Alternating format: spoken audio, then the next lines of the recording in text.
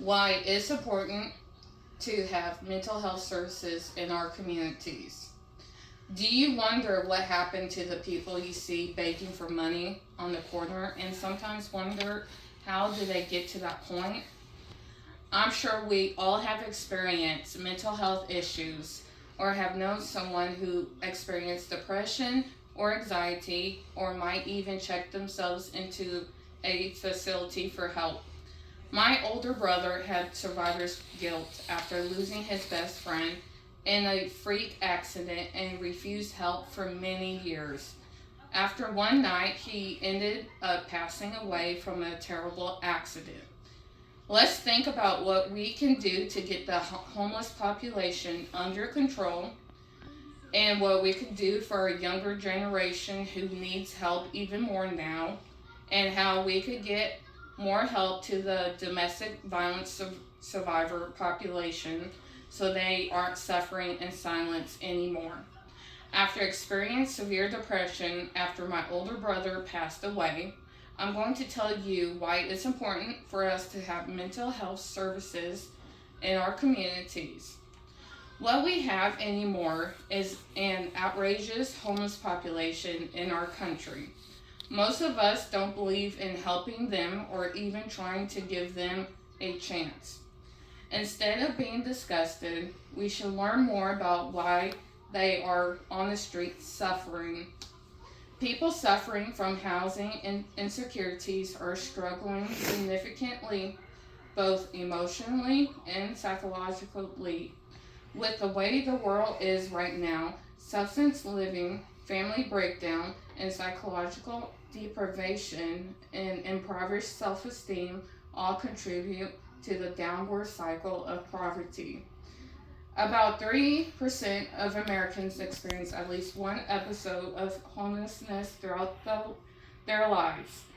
With individuals experiencing homelessness face many barriers to finding employment because most organizations that provide brief employment interventions assist individuals with only the most immediate employment needs.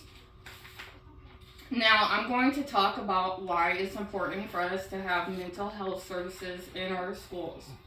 When it comes to our younger generation, we are losing them at a steady pace, and we need to focus on why that is happening. With 70% of children in the U.S. who seek and receive mental health support get it at school. According to Kelly Van Court Subbatch, a director of policy and advocacy at the National Association of School Psychologists, it can be very daunting for a parent with a child who's struggling. When there are services at school, kids are more likely to ask for help. When a child is ready to get help, it can be impossible for them to get it because due to the lack of mental health providers nationwide, the wait to see a private practitioner is as long as 6 months in some areas.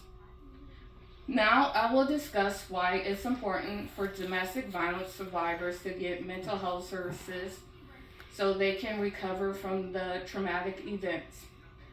After a traumatic event that some of the survivors go through, it's important that they get the help that they need. According to WHO, estimates that a quarter of women aged 15 through 49 years old who have been in a relationship have been subjected to physical and or sexual violence by their intimate partner at least once in their lifetime.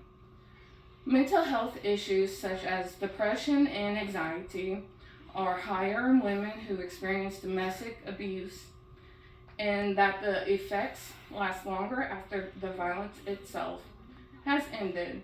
When it comes to getting help, survivors have got to deal with psychological scarring. It can be also difficult to get help because of the lack of dedicated services, costs, and stigma. We should be aware of what we can do to help people who are suffering and provide more services, because at the end of the day, if someone needs help, we shouldn't make them suffer. With the homeless and the school age population, plus the domestic violence survivors, we know with early intervention can help them succeed and get the help that they need. When it comes to everything I have told you, I want you to think about the changes we can make to make things better for our communities and how we can make changes in our daily lives.